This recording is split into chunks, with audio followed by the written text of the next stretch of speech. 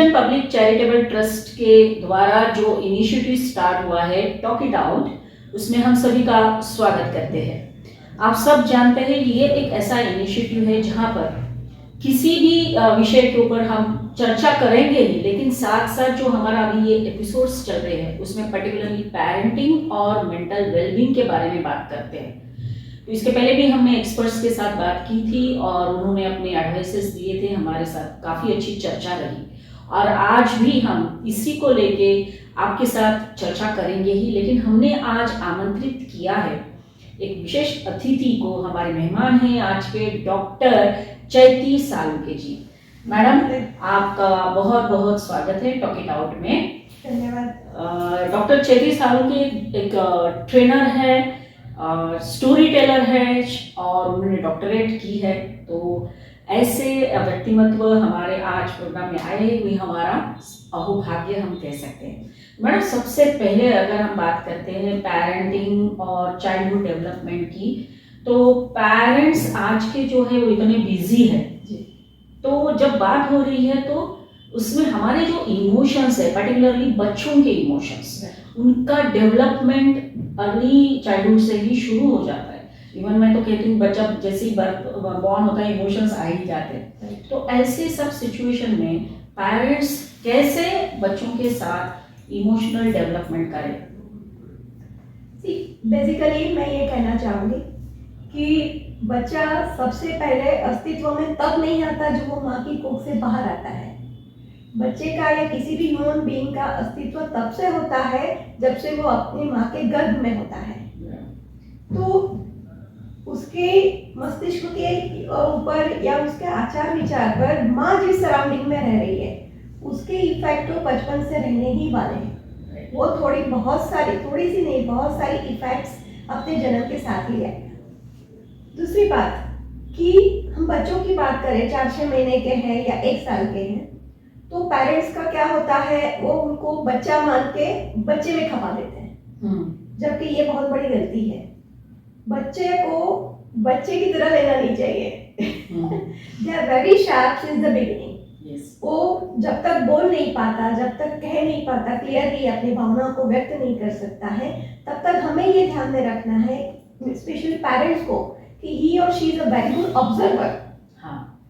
बच्चा हम सिखाने से पहले वो सुनता है और सुनने से पैरेलल वो देखता है, वो ऑब्जर्व करता है, निरीक्षण होती है बच्चे में। तो निरीक्षण जो आप करोगे उसी का करने वाला है। तो हमें पेरेंट्स को उसके बचपन से ही अलर्ट होना चाहिए कि we are being copied by our own child. ऐसा है, तो बच्चों को हल्के में ना लें। क्योंकि आफ्टर उनके जो रिएक्शंस होते हैं वो हमारे ही एक्शन रिएक्शन का रिफ्लेक्शन होता है। और उनकी समझ शक्ति हम जितना समझते हैं उससे कहीं ज्यादा डेप्थ में होती है। कि बच्चों को म्यूजिक अच्छा लगता है, कुछ खाना अच्छा लगता है, और हर बच्चा ऐसा नहीं है कि माँ बाप की परछाई होता है। हर बच्चा अपने आप में ही एक अलग व्यक्तित्व होता है। तो उसके इंटरेस्ट या उसकी लाइकिंग्स या उसकी पसंद नापसंद अपने पेरेंट्स से अलग हो सकती है। आजकल या वर्षों से क्या होता आ रहा है, अपने स्पेसिफिकली इंडियन ट्रेडिशंस में और अब्रॉड भी देखा गया है कि अगर पेरेंट्स डॉक्टर है तो बच्चों को भी बचपन से सिखाया जाएगा, देखो तुम्हें भी डॉक्टर बनना है। अगर कोई आर्टिस्ट है तो वो भी कलर ही दे देगा अपने बच्चों को, या कोई अलग से प्रोफेशन है तो वही प्रोफेशन के गुण वो बचपन से देखता है। पर वो देखता है उसका मतलब ये नहीं है कि वो वही बनेगा। वो उसकी पसंद बनेगी या वही में वो एक्सपर्टी करेगा। उसकी पसंद नापसंद आपकी पसंद से अलग हो सकती है। तो उसको इस तरह से ट्रीट करो जितना बन सकता है। आप उसको वाइड सिलेक्शन दो, उसको वाइड थोड़ा ऑब्जर्वेशन करने दो, उसको खुद को आसपास कहीं और देखेगा, स्कूल में जाएगा, अपने सिमिलर बच्चों को देखेगा, अपने समवर्स को, तो उसका इंटरेस्ट डेवलप होगा। आपने भी देखा होगा कि हर एज ग्रुप में बच्चों की चॉइस अलग अलग होती है। बचपन में वो सबसे पहले मम्मी को देखता है, तो कोई बच्चा या पापा को देखता है। तो आप किसी बच्चे को पूछोगे कि आपको क्या बनना है, तो बेटी बोलेगी मम्मी, बेटा बोलेगा मुझे पापा बनना है। फिर वो जैसे थोड़े से बड़े होते हैं तो used to look at the doctor, क्योंकि वो बीमार होते हैं फिर दवाई लेने जाते हैं, वो मैक्सिमम डॉक्टर से इंटरेक्शन उनका ज़्यादा होता है, तो उनको डॉक्टर बनना होता है। फिर जैसे बच्चे थोड़े से बड़े होते हैं तो उनको टीचर बहुत इन्फ्लुएंस कर जाती है कि मैम टीचर हमें बहुत अच्छी स्टोरी सुनाती है। अगर लड़की होगी तो वो तो ये भी वो शार्पली माइंड करेगी कि टीचर ने ऐसी साड़ी पहनी है, ऐसा हेयर स्टाइल है, वो ऐसे आके बैठती है, वो ऐसा बोलती है, तो वो घर पे आके मम्मी को मुझे टीचर होना है यही बोलेगी, है ना। सिमिलरली बच्चे होते हैं तो वो क्रिकेट देखते हैं, स्पोर्ट्स देखते हैं, तो बचपन से उनको प्लेयर ही बनना होता है, क्रिकेटर या फुटबॉलर ही बनना होता है। तो उसका और फिर आगे बढ़ते हैं तो उसका जैसे जैसे इंटरेक्शन बढ़ता है दुनिया के साथ, अपने समवयस्क के साथ, उनका खुद का जो अनुभव का विश्व बनता है, उसी से बच्चों का व्यक्तित्व का घड़तर होता है। तो बच्चों के घड़तर में ये सब सराउंडिंग जिसे हम बोलते हैं ना परिबल, उसके आसपास के जो परिबल होते हैं उसका बहुत ही महत्वपूर्ण योगदान होता है। और फिर पढ़ते पढ़ते लिखाई करते करते थोड़ा मैच्योर टीनेजर में आएगा, तब तक वो तय कर पाएगा कि अब फाइनली मुझे क्या करना है। और कभी कभार तो ये भी होता है कि ग्रेजुएशन के बाद भी बच्चे सोचते हैं या पेरेंट्स भी सोचते हैं कि मुझे करना क्या है, तुम क्या बनना चाहते हो। तो जरूरी नहीं कि हर बच्चा या हर व्यक्तित्व कुछ ना कुछ बने, उसके अंदर ऐसा भी बहुत कुछ हो सकता है जिससे he can or she can serve our nation, serve our society।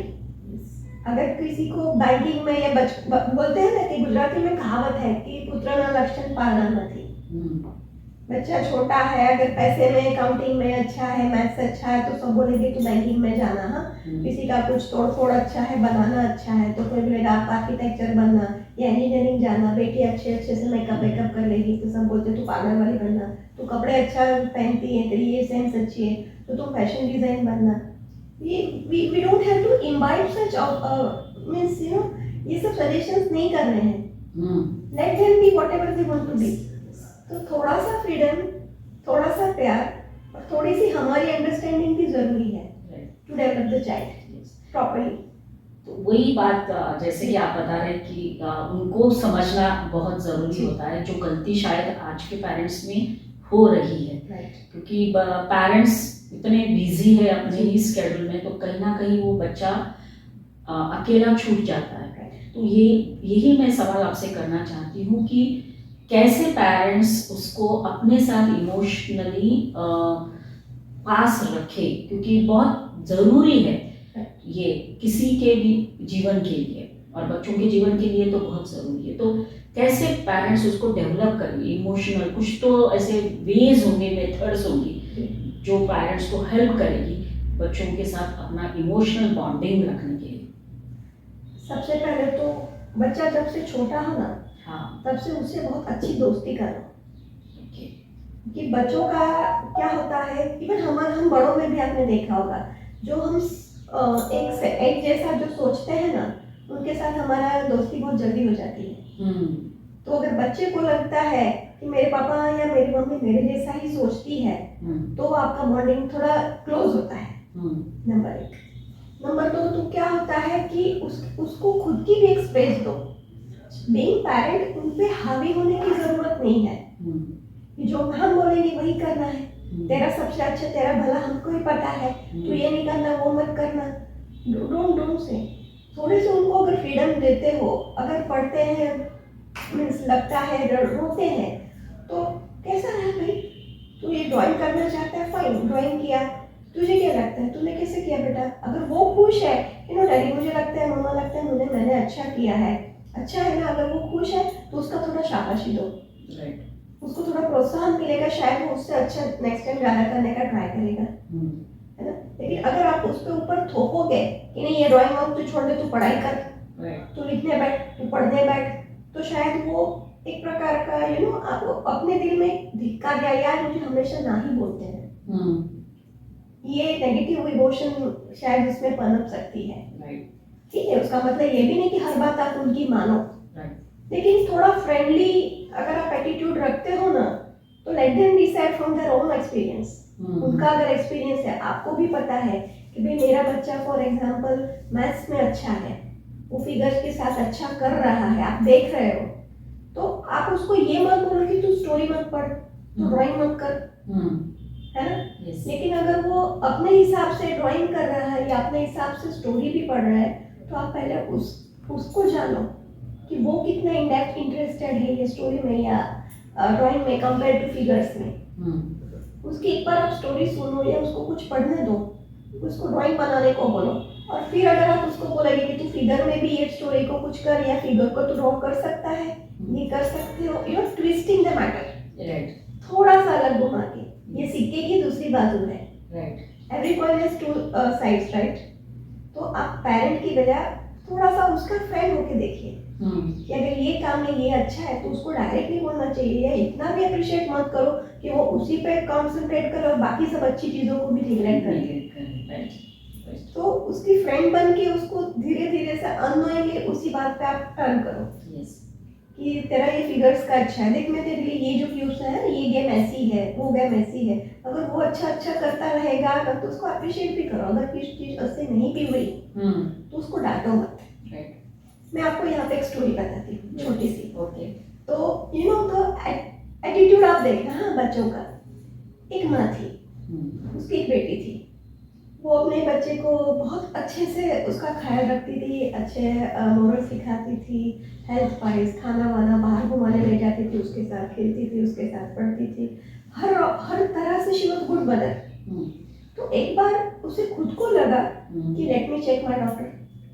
हाँ, उसने सोचा कि चलो मैं देखूं तो सही कितना है, मैं इसके लिए इतना करती हूँ, वो मेरे लिए क्या करेंगी। तो एक बार उसने, आप लोगों में से बहुतों को शायद ये स्टोरी मालूम भी होगी, एक बड़ी सी टोकरी में सेब लाके रखे, पूरी टोकरी सेब से भरी हुई थी और उसके सामने रखी, बेटा इसमें से तुम कितना सेब मुझे दे सकती हो, इसमें से कितने सेब तुम मुझे दे सकती हो। तो बेटी ने सुना और जैसे ही सुना उसने एक एक सेब का एक एक निवाला खाना शुरू किया। एक सेब खाया रखा, दूसरा लिया चखा रखा, तीसरा खाया रखा। तो वो माँ जो थी शी वाज सरप्राइज कि अरे मैं तो इसके पास से मैंने एक सेब मांगा है, मैंने उसको पूरी टोकरी दी, उसमें से ये एक भी मुझे नहीं दे रही, खुद खाए जा रही है। She was surprise. और वो अपने आप को जैसे जैसे वो लड़की एक एक निवाला टेस्ट करके वो साइड पे रख रही थी सब सेब, तो माँ जो थी वो तो अंदर ही अंदर शॉक हो गई, उसको बहुत बुरा भी लगा, वो दुखी हो गई, वो अपने आप को कोसने लगी मैं कहाँ गलत थी, मैंने इसके लिए क्या काम किया, मैंने वो मुझे सेब नहीं दे सकती, एक भी नहीं। शायद उसके दिमाग में था कि ये बोलेगी मम्मी आप सब रख लो, या उसमें से 4-5 मम्मी आप जितना चाहो ये ले लो, उसका एक्सपेक्टेशन ये था। और वो उसके एक्सपेक्टेशन के हिसाब से वो बेटी नहीं कर रही थी। She was almost in tears की, वो एकदम उसके आंख में आंसू आ गए। उसने बेटी को गलत नहीं समझा, वो खुद को गलत समझने लगी कि मेरी ही कहीं गलती है इसको बड़ा करने में या इसको कुछ समझाने सिखाने में। और जब तक वो लास्ट सेब था उसकी आंख में पानी निकलने वाला था, तभी उसकी बेटी ने बोला मम्मा आप ये सेब खा सकते हो, ये 2 सेब आप खा सकते हो। उसने ये मान के वो 2 सेब दिए। तो माँ ने पूछा क्यों ये 2 सेब और ये तुमने सब क्या किया, मैंने तुमसे सेब मांगा था, हर सेब का तुमने एक एक निवाला खा लिया, ऐसा क्यों किया। तो उसने बोला मम्मा I want to give you the best. क्या बात है, ये 2 जो मैंने बाजू पे रखे हैं ना ये सबसे मीठे हैं, आप ये सेब खाओ। अरे वाह, है ना। यहाँ पे माँ से ज्यादा मैच्योर बेटी थी। कि उसने क्या देखा कि उसकी मम्मी का उसने ऑब्जर्वेशन किया था कि मेरी मम्मी ने मुझे ऑलवेज सबसे दी बेस्ट दिया है, उसने मुझे सब कुछ दिया है, तो I have to give her the best. मैं कुछ भी उठा के दे सकती थी उसको तो, लेकिन वो शायद वो सिर्फ सड़ा हुआ था या कुछ कम मीठा हो सकता था, कुछ खट्टा हो सकता था, लेकिन मैंने उसे वही दूंगी जो उसके लिए सबसे अच्छा, जो सबसे मीठा है। तो वहाँ पे you can see the daughter was more mature than the mother. तो ये कहानी तो मुझे मतलब बहुत अच्छी कहानी और एक लेसन है मदर के लिए पर्टिकुलरली, क्योंकि मदर हमेशा यही चाहती है कि बेस्ट बच्चों को दिया जाए, लेकिन बच्चे भी हमको उसी तरह से सिखा सकते हैं। ये कहानी से मुझे शबरी की भी याद आ गई, जब शबरी ने बेर चक कर भगवान राम को दिए थे, that what the thing is about. तो ये जो कहानी है इसमें हम देखते हैं कि माँ और जो बेटी थी वो दोनों के इमोशनल एंगल्स अलग थे। तो अभी जब पूरी दुनिया में इतना कंपटीशन बढ़ गया है और हर पेरेंट्स चाहता है मेरा बच्चा आगे रहे, मतलब एक रेस लगी हुई है कि तुम्हें पहले आना है, ऐसे माहौल में आईक्यू जो होता है उसके ऊपर ज़्यादा सिग्निफिकेंस या एम्फसाइज किया जाता है।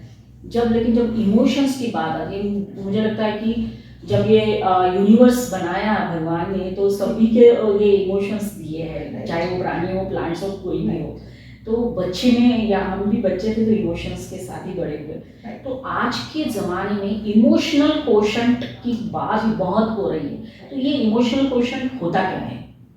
एग्जैक्टली इमोशनल कोशंट की वैसे तो देखा जाए तो साइकोलॉजिकली इसकी व्याख्या बहुत बड़ी है। हाँ। बट हम सिंपल वर्ड में अगर बोले ना तो उसका मतलब ये है कि आप कुछ स्पेसिफिक कंडीशन में बच्चा अपने आप को कैसे दी बेस्ट तरीके से फाइट देकर वो सिचुएशन को हैंडल करता है। राइट। उसके लिए भी मेरे पास एक शॉर्ट स्टोरी है। अच्छा। मैं आपको बताती हूँ। एक लड़का था। हाँ। वो जब से छोटा था वो कुछ भी गलती करता तो उसके पेरेंट्स उसको डांट देते। हाँ। या कभी कभार उसको एक दो पढ़ भी जाती थी चपाटे, ठीक है।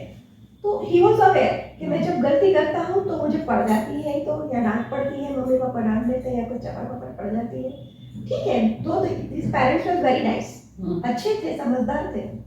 फिर वो थोड़ा बड़ा हुआ तो स्कूल में उसके साथ बुलिंग होती थी। उसके साथ कुछ मिसबिहेव भी बहुत होता था। अच्छा। बट उसके दिमाग में ये था कि जब मेरी गलती होती है ना तो पेरेंट्स मुझे डांटते हैं। हाँ। तो उसने बताना जरूरी नहीं समझा। फिर एक बार कुछ बड़ा सा एक्सीडेंट हो गया उसके साथ, एक दुर्घटना हो गई, और तब स्कूल के प्रिंसिपल ने, सब टीचर्स ने मिलके उसके पेरेंट्स को भी बुलाया और सबके बीच में वो प्रॉब्लम जो था, इशू को सॉर्ट आउट किया। तो तभी उसके फादर ने एकदम इमोशनल होके थोड़ा वो क्या बोलते हैं, वो दुखे भी थे, थोड़े चिढ़े भी थे दिमाग में कि तू मुझे पहले क्यों नहीं बताया, यहाँ होने तक तू चुप क्यों बैठा, तो शुरू से बोलता था तो यार नौबत ही नहीं आती। सबके बीच में उन्होंने वो अपने बेटे से बोला, तो बेटे ने बोला पापा मैंने आपको इसलिए नहीं बताया कि मुझे पता है कि बचपन से जब भी मेरी गलती होती थी तो आप मुझे ही डांटते थे। हाँ। मुझे ही पनिश करते थे, तो मैंने सोचा इतनी जितनी बार मेरे साथ ये गलती हुई है या जैसे भी हुआ है आप मेरी ही गलती देखोगे और मुझे ही डांटोगे, इसलिए मैंने आपको नहीं बताया। तब उसके फादर को, उसके पेरेंट्स को और टीचर को भी ये सुन के बहुत शॉक लगा, और उसके पापा ने तो सीढ़ी पकड़ लिया, बेटा यहाँ तुम गलत नहीं थे, हाँ। तुम्हारे साथ गलत हो रहा था। यस। और this you should inform us. Yes. ये बात तुम्हें मुझे बतानी चाहिए थी। राइट।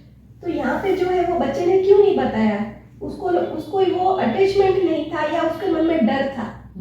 अटैचमेंट नहीं था ऐसा तो मैं नहीं बताऊंगी, ऐसा नहीं बोलना चाहिए, शायद उसके मन में वो डर था अपने पेरेंट्स के प्रति कि ये लोग मेरी गलती होती है तो मुझे पनिशमेंट मिलती है, मुझे डांटते हैं, ऐसा कुछ प्रॉब्लम हो जाता है तो छोड़ो इनको बताना ही नहीं है मुझे, जो होगा मैं खुद हैंडल कर लूंगा। पर वो नहीं कर पाया उस टाइम पे। तो ये किसकी गलती थी, पेरेंट्स की थी या बच्चे की थी? तो this is the big lesson for parents too, कि ये जो एक गैप होती है ना, आप जरूरी नहीं है कि बच्चों को हर टाइम पैम्पर करो या हर टाइम डांटो। I am not in favour to और नॉट इन अपोज टू।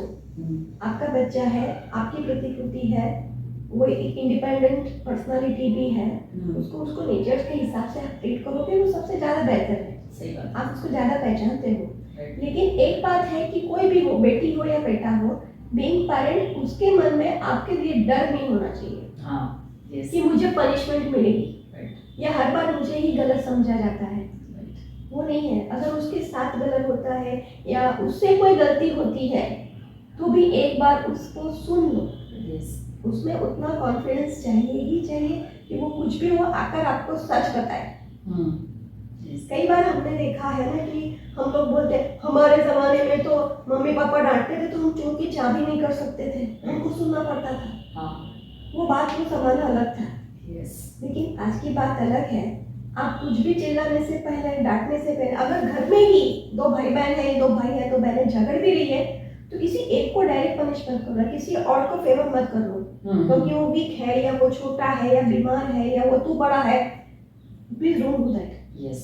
ये डिस्क्रिमिनेशन, ये भेदभाव मत रखो। राइट। दोनों को पहले पूछना चाहिए, चल पहले तूने क्या बोला, हाँ। फिर इसने क्या बोला, Yes. फिर इसने क्या किया, फिर तूने उसने क्या क्या किया। Right. दोनों को, अगर आप या किसी एक को भी शांति से पहले अपने आप पे कंट्रोल रख के सिचुएशन को समझने की जरूरत होती है, पेरेंट्स को भी। Yes. जब वो सिचुएशन समझ के डिसीजन लेते हैं, या किसी को परेशान करते हैं, किसी को प्यार करते हैं, या किसी को कुछ भी सलाह देते हैं, तो वो बच्चे के लिए एक्सेप्टेबल हो भी जाती है, उनको डाइजेस्ट होती है। लेकिन एक किसी को बड़ा है और छोटा जबरा है, उसको मार देगा, कुछ भी करेगा, लेकिन बिकॉज वो छोटा है वो हाथ में बच जाएगा, तो वो बड़े के दिल में आप उसके लिए भी और अपने लिए भी नफरत पाल रहे हो। या फिर मैं बड़ा हूँ इसलिए मेरे साथ सब गलत ही होता है, वो कॉम्प्लेक्स उसके दिमाग में हो रहा है। तो प्लीज डोंट कुछ भी ऐसा भेदभाव या डिस्क्रिमिनेशन मत रखिए। कोई छोटा बच्चा बड़ा है, कोई दो भाई बहन है या दो सिस्टर्स हैं, तो don't do this any kind of discrimination, इसकी जरूरत नहीं है। और आपका जितना आप खुले दिल से उनको सुनना सीखोगे ना, उतने ही खुले दिल से वो आपको बताना चाहेंगे। उनके लिए सबसे पहले आप ही उनके मेंटर हो। स्कूल में, कॉलेज में या दुनिया में भी अगर आपने बचपन से वो आदत डाली है कि बेटा स्कूल में क्या हुआ, हाउ वाज योर डे, क्या किया, आप कितने भी टाइट व्यस्त हो, रात को शाम को खाने पे टाइम की या लास्ट 10 मिनट सोने से पहले, that is a very golden time period, I would like to say. वो गोल्डन टाइम के 10-15 मिनट जो है वो आप अपने बच्चों के साथ बिताएं। जस्ट आस्क देम प्यार से, बेटा कैसा गया आज का दिन, क्या हुआ, कोई फ्रेंड से अच्छा आज कल उसका बर्थडे, उसने जो भी अच्छा किया है उसको प्लीज अप्रिशिएट करो। अगर उससे गलती हुई है तो उससे प्यार से बोलो कि प्लीज डोंट रिपीट दैट, ये कल हो सकता है तो तुम इसको सुधार सकते हो। ओके, वो हमारा ही बच्चा है, अगर हम उसे प्यार नहीं करेंगे तो दुनिया वाले तो करने नहीं बैठे। सही बोला है ना? वो हमारा ही बच्चा है, उसका प्लस माइनस बड़ा बुरा हम समझ सकते हैं, लेकिन आफ्टर सम टाइम उसके ऊपर भी छोड़ना जरूरी है कि अब तू समझ ले बेटा, तूने कैसा किया, तूने गलत किया या सही किया। हर बार पेरेंट्स बनना जरूरी नहीं है। तो ये जो बातें आपने कही, इसका अगर हम पूरा एक सार बोलते हैं जिसको, पूरे डिस्कशन का, तो आखिर में यही आता है कि बोलना जरूरी है, बच्चे के साथ कम्युनिकेट करना बहुत जरूरी है। बच्चा बोल रहा है तो उसको सुनो। देखो पहले कैसा था कि जॉइंट फैमिली सिस्टम रहती थी, तो सुनने वाले भी बहुत सारे होते थे। अभी न्यूक्लियर फैमिली है तो माँ और पिताजी के, तो दोनों को ये रिस्पॉन्सिबिलिटी मम्मी की ज्यादा होती है, no doubt, but still doctor साहब जैसे आपने बताया कि ये बहुत ज़रूरी है कि बच्चों को बोलने का मौका दीजिए और आप सुनने के लिए तैयार रहिए दिल खोल के। तो डॉक्टर साहब ने जो भी बातें आज बताई है वो हम ऐसा सोचते हैं कि शायद पेरेंट्स को थोड़ी बहुत गाइडलाइंस आपने स्टोरी के माध्यम से और डिस्कशन से दी है। और अगले टाइम पे जब हम बात करेंगे कोई और अच्छा टॉपिक लेकर और डॉक्टर साहब को बुलाएंगे सजेशंस के लिए कि तो वो भी हमें बहुत अच्छा लगेगा अगर आप फिर से आएंगे हमारे यहाँ। और आज हमने यही देखा कि कैसे इमोशनल बॉन्डिंग बच्चों के साथ हम कर सकते हैं, जो आज की बहुत बड़ी ज़रूरत है, because we all are connected emotionally. तो हमको आर्टिफिशियल इंटेलिजेंस वो काम नहीं कर सकता। So that is what the moral of the story today is. और हम जाने से पहले फिर से एक बार डॉक्टर साहब का धन्यवाद करेंगे कि वो हमारे यहाँ आए, और हमारे दर्शकों को हम कहेंगे कि अगर हमारे वीडियोस आपको अच्छे लग रहे हो तो ज़रूर लाइक करिए, कमेंट करिए, शेयर करिए। ये मूवमेंट बन सकता है समाज में जागृति लाने का। और जिन्होंने हमारा चैनल सब्सक्राइब नहीं किया है वो ज़रूर सब्सक्राइब कर लीजिए। अगले एपिसोड में फिर मिलेंगे नए टॉपिक के साथ। तब तक के लिए बहुत धन्यवाद। धन्यवाद मैडम। हंसते रहिए, मुस्कुराते रहिए, खुशियाँ बांटते रहिए। Thank you.